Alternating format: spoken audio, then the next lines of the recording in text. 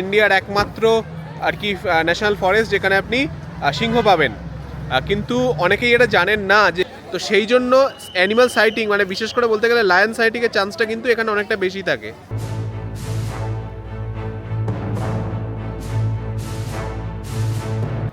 Mobile কিন্তু free, মোবাইলে কোনো চার্জ নেই, মানে আপনি যদি মোবাইলে ভিডিও করেন, ফটো তোলেন, যা খুশি করুন, তাতে কোনো চার্জ নেই। কিন্তু আপনাদের ট্রাই থাকে যে বাঘ দেখবো বা সিংহ দেখবো।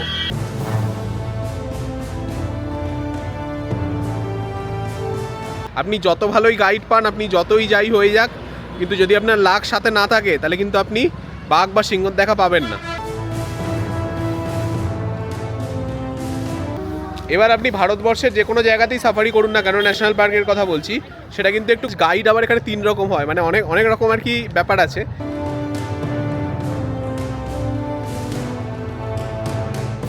যেরকম আমি আর আমার বাবা মা যাচ্ছি 3 জন, তো আমার 6 সিটার জিপসির কোনো দরকার ছিল না, কিন্তু আমি পাইনি, কিছু করার নেই, আমি লেট করে ফেলেছি। তো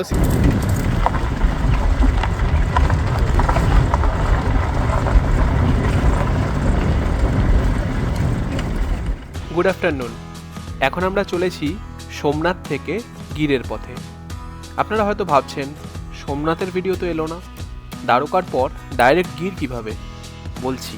তার আগে একটা ছোট্ট অনুরোধ, ভিডিওটি ভালো লাগলে অবশ্যই একটা লাইক করে দেবেন, আর চ্যানেলে নতুন হলে অথবা চ্যানেলটি এখনও সাবস্ক্রাইব না করে থাকলে অবশ্যই একটু সাবস্ক্রাইব করে নেবেন, এরকম আরও অনেক ইনফরমেটিভ ভিডিও পাওয়ার জন্য।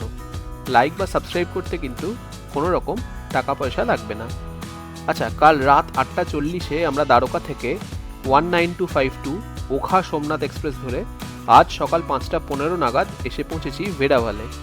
অ্যাকচুয়ালি এই ট্রেনটার সোমনাথেই আসার কথা, এখন সোমনাথ স্টেশন রেনোভেট করা হচ্ছে বলে ট্রেনটা ভেড়াভাল অবধি আসছে। এই ভেড়াভাল থেকে সোমনাথের দূরত্ব 6 কিলোমিটার মতো, সময় লাগে 15 থেকে 20 মিনিট। আমরা সোমনাথেই হোটেল নিয়েছি। হোটেলের রিভিউ, সোমনাথ মন্দির এবং আশেপাশের আরও যা যা সব দ্রষ্টব্য স্থান আছে সেগুলোর ব্যাপারে ডিটেলে ভিডিও আসবে পরের পর্বে। কারণ আমরা যেদিন সোমনাথ পৌঁছেছিলাম সেদিনই একটু রেস্ট নিয়ে খাওয়া দাওয়া করে সোজা বেরিয়ে পড়েছিলাম গির ন্যাশনাল পার্কের উদ্দেশ্যে, তাই এটাই আপনাদের আগে দেখাচ্ছি। সোমনাথ থেকে গির ন্যাশনাল পার্কের মেন এন্ট্রি পয়েন্ট অর্থাৎ সিনসাদনের দূরত্ব 42 কিলোমিটার মতো, সময় লাগে 1 ঘন্টা 15 মিনিট। তাই বুঝতেই পারছেন আপনাদের গিরে গিয়ে থাকতেই হবে এরকম কোনো মানে নেই, ইজিলি আপনারা ডে ট্রিপে সাফারি করে নিয়ে ফিরে আসতে পারেন। আচ্ছা, 4 সিটার এসি গাড়িতে 1800 থেকে 2000 টাকা পড়বে এই ট্রিপটি করার জন্য। গাড়ি আপনাকে মেন এন্ট্রি গেট মানে সিনসাদনে ড্রপ করবে, আবার ওখান থেকে পিক আপ করবে, এসে সোমনাথ ড্রপ করে দেবে। বাই দ্য ওয়ে, যারা একটু কম খরচে যেতে চাইছেন তারা ভেড়াভাল থেকে প্যাসেঞ্জার ট্রেন ধরে শাসানগি স্টেশনে নামতে পারেন। ওখান থেকে 5 মিনিট পায়ে হেঁটে আপনারা সিনসাদন পৌঁছে যাবেন। দিনে 3টি ট্রেন আছে, সকাল 6:15, সকাল 9:15 এবং দুপুর 1টায়। ট্রেনের সময় লাগে 1 ঘন্টা 15 মিনিট। টিকিট আপনারা স্টেশনেই পেয়ে যাবেন, পুরোটাই কিন্তু আনরিজার্ভড, আর টিকিটের দাম মাত্র 10 টাকা। আমরা অলমোস্ট এসে পৌঁছেই গেছি। এবার আপনাদের সাফারির ব্যাপারে এবং বুকিং কিভাবে করবেন, কোন সাফারিতে কত খরচ হবে সেগুলো আপনাদের একটু জানিয়ে দিই। আর হ্যাঁ, আমরা কিন্তু মেন যে গির ন্যাশনাল পার্ক সেখানে সাফারি করিনি, আমরা সাফারি করেছিলাম গিরেরই একটা ছোট সংস্করণ দেওয়ালিয়া পার্কে, যেটা গির ন্যাশনাল পার্কেরই একটা পার্ট। কেন গির ন্যাশনাল পার্কে না করে ওখানে করেছিলাম এবং আপনারাও কেন এটা করতে পারেন, কী কী সুবিধা আপনারা পাবেন এখানে সাফারি করলে, সবটাই জানাবো আপনাদের। গুড আফটারনুন ফ্রম সিনসাদন, অর্থাৎ গির ন্যাশনাল পার্কের এন্ট্রি পয়েন্ট। তবে এখানে কিন্তু গির ন্যাশনাল পার্ক ছাড়াও আর একটা পার্ক আছে যেটার নাম দেওয়ালিয়া পার্ক, সেখানেও সাফারি হয়। মানে গির তো আপনারা সবাই জানেন এশিয়াটিক লায়নের জন্য বিখ্যাত, ইন্ডিয়ার একমাত্র আর কি ন্যাশনাল ফরেস্ট যেখানে আপনি সিংহ পাবেন, কিন্তু অনেকেই এটা জানেন না যে গিরের ঠিক পাশেই এখান থেকে 12 কিলোমিটার মানে সিনসাদন থেকে 12 কিলোমিটার দূরে দেওয়ালিয়া পার্ক বলে এটাও গিরেরই একটা পার্ট, কিন্তু ডিফারেন্স এটাই যে এটার এরিয়াটা অনেকটা কম, মানে গিরের তুলনায় অনেকটা কম। তো সেই জন্য অ্যানিমাল সাইটিং মানে বিশেষ করে বলতে গেলে লায়ন সাইটিংয়ের চান্সটা কিন্তু এখানে অনেকটা বেশি থাকে। এবার আপনি ভারতবর্ষের যে কোনো জায়গাতেই সাফারি করুন না কেন, ন্যাশনাল পার্কের কথা বলছি, সেটা কিন্তু একটু খরচ সাপেক্ষ, মানে 4-5 হাজার টাকার নিচে কিন্তু হয় না কিছু। করবেটে মনে হয় আরও বেশি খরচ হয়, মানে যেগুলো আর কি বেশি ফেমাস সেখানে আরও বেশি খরচ হয়। গিরেও আমার মনে হয় না 4-5 হাজারের নিচে কোনো সাফারি আছে বলে।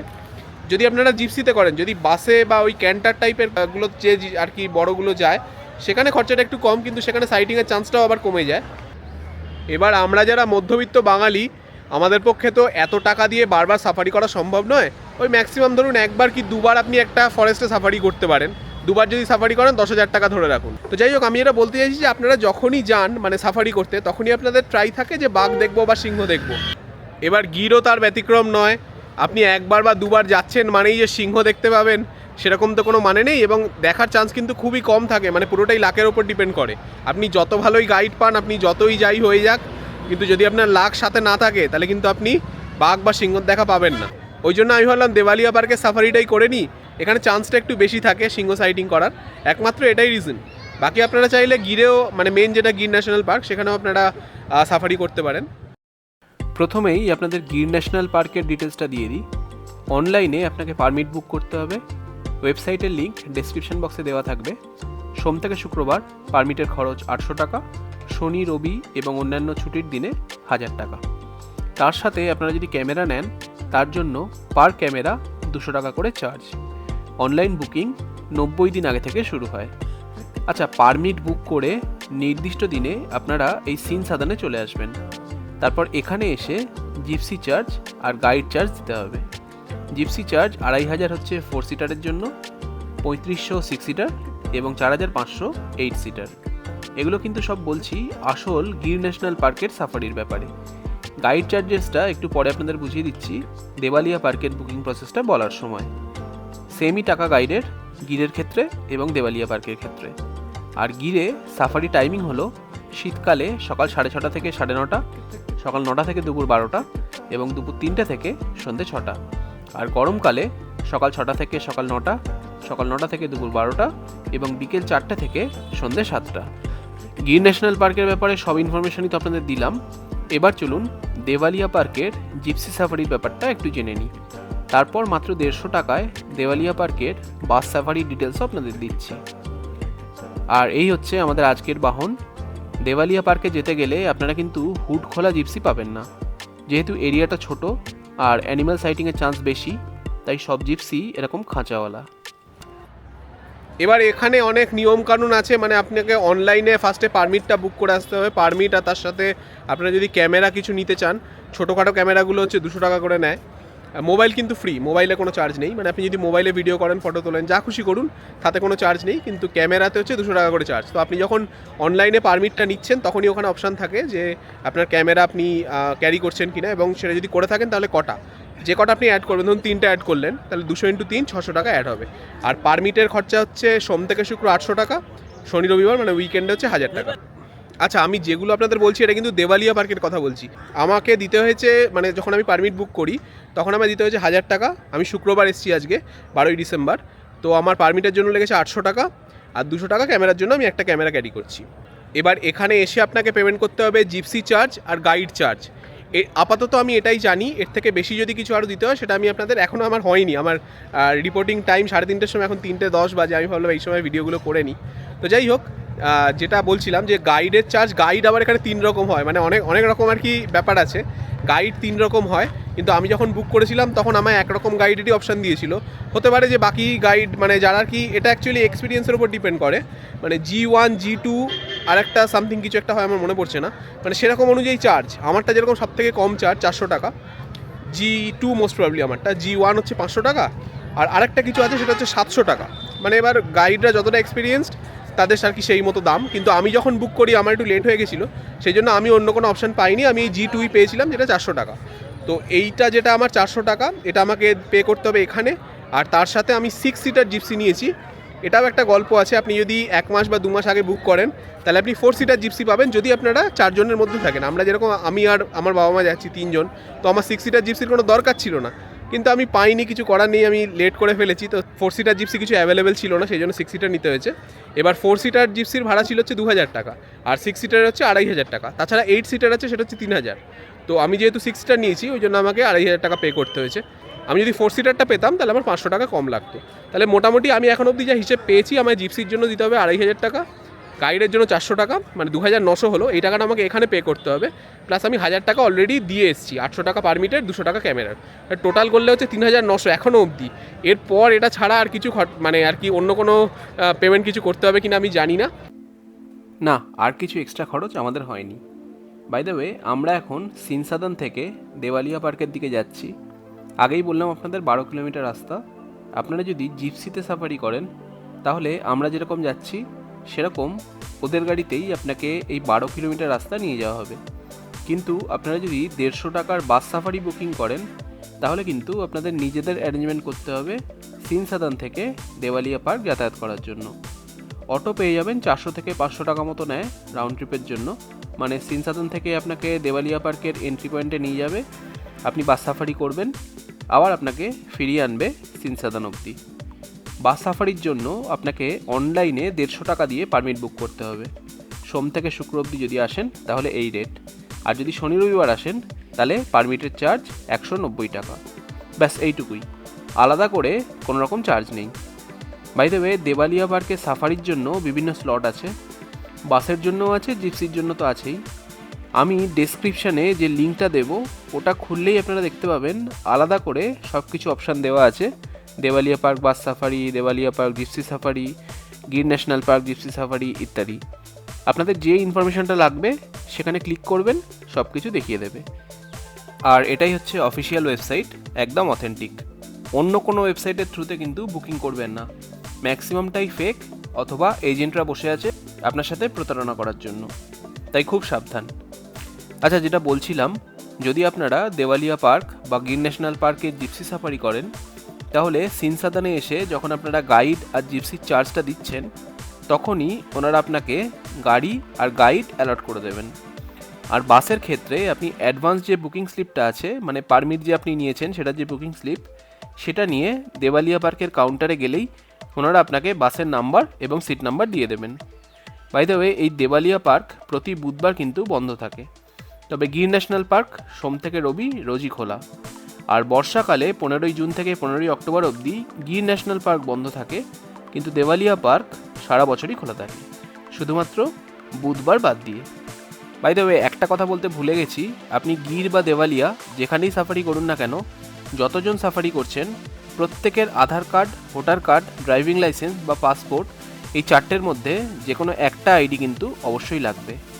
আর দেওয়ালিয়া পার্কের জিপসি সাফারি মোটামুটি 50 মিনিট থেকে 1 ঘন্টা করানো হয়, তবে বাস সাফারি কিন্তু একটু কম সময়ের হয়, ওই 30 থেকে 40 মিনিট ম্যাক্সিমাম ধরে চলুন। আশা করি বুকিংয়ের ব্যাপারে সমস্ত ইনফরমেশনই আপনাদের দিতে পেরেছি। চলুন এবার জঙ্গলের মধ্যে দিয়ে গাড়িতে করে যাওয়ার ফিলটা একটু নিয়ে নিন, আর কী কী অ্যানিম্যাল সাইটিং হলো আসুন সেটাও দেখে নিন। ओके जाएंगे, ऐसा कोशिश मेहनत अच्छा करेंगे। वैसे आप भी दोनों तरफ ख्याल रखते रहना, आपको कोई भी एनिमल स्पॉट हो जाए तो हम लोगों को बोल देना, गाड़ी स्टॉप कर देंगे हम, ठीक है? ठीक। और आगे आपको कुछ गिर के हिसाब से पूछना है तब डाइट भैया को भी पूछ सकते हो, वैसे मेरे को भी पूछ सकते हो। अच्छा वैसे जो आप भी कुछ बोलते रहोगे तो आप लोगों को भी मजा आएगा और हमको भी मजा आएगा जी।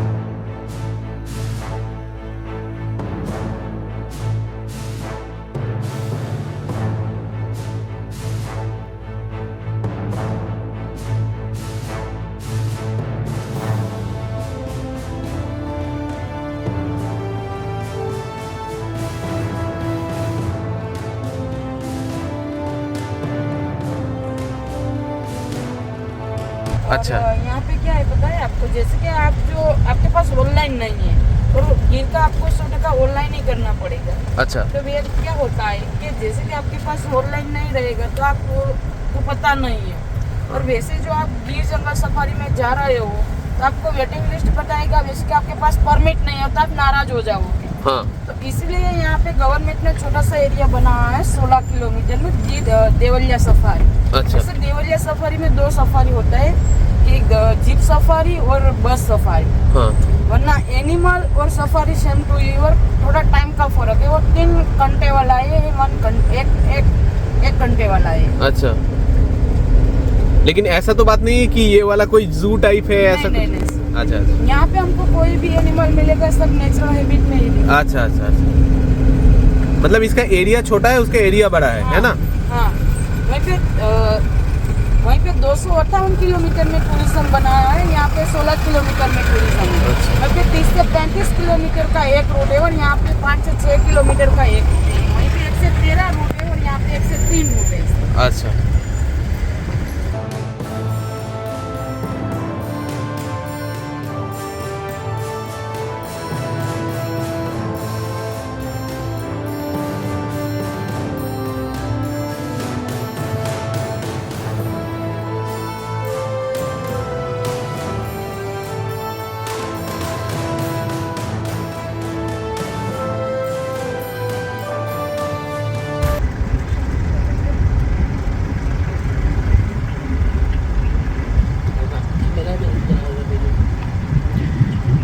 রাতে তো সাফারি হয় না।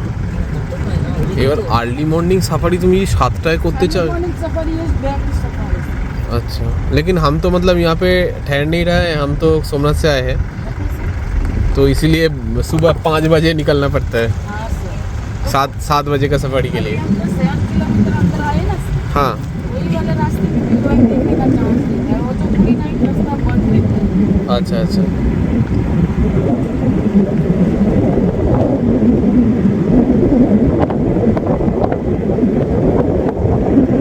এরপর থেকে যেখানেই সাফারি যাবো একদম আর্লি মর্নিং যাবো, তার জন্য এখানে থাকতে হবে।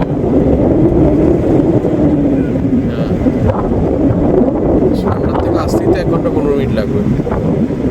ভোর 5টায় স্টার্ট করতে হবে আমার, 7টা সাফারি করতে হবে। यहाँ पे बहुत सारे হ্যাঁ,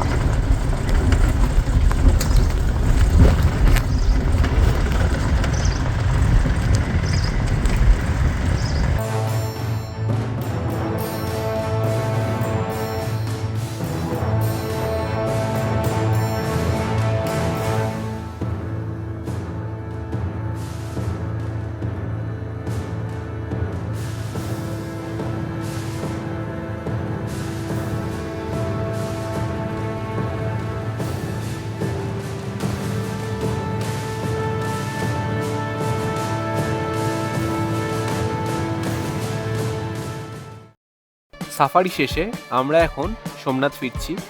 একটা কথা বলে দিই, গাইড যেটা বললেন বেস্ট টাইম হচ্ছে একদম ভোরবেলা সাফারি করা, আর না হলে সন্ধে হবে হবে করছে এই রকম সময় সাফারি করা। ওই সময় সাইটিংয়ের চান্স সব থেকে বেশি থাকে। আমরা দুপুরে গেছিলাম, তখন সব কটা অ্যানিমেল শুয়ে শুয়ে ল্যাদ খাচ্ছিল। আচ্ছা, আমরা এই গাড়িতে গেছিলাম, আমাদের থেকে 1800 টাকা নিয়েছিলেন। ট্যুর এজেন্সির নাম আর নাম্বার আমি ডেসক্রিপশন বক্সে দিয়ে রাখবো। চলুন আজ তাহলে এখানেই শেষ করি। ভিডিওটি ভালো লাগলে please like, share and subscribe. দেখা হচ্ছে পরের পর্বে। সবাই খুব ভালো থাকবেন। নমস্কার।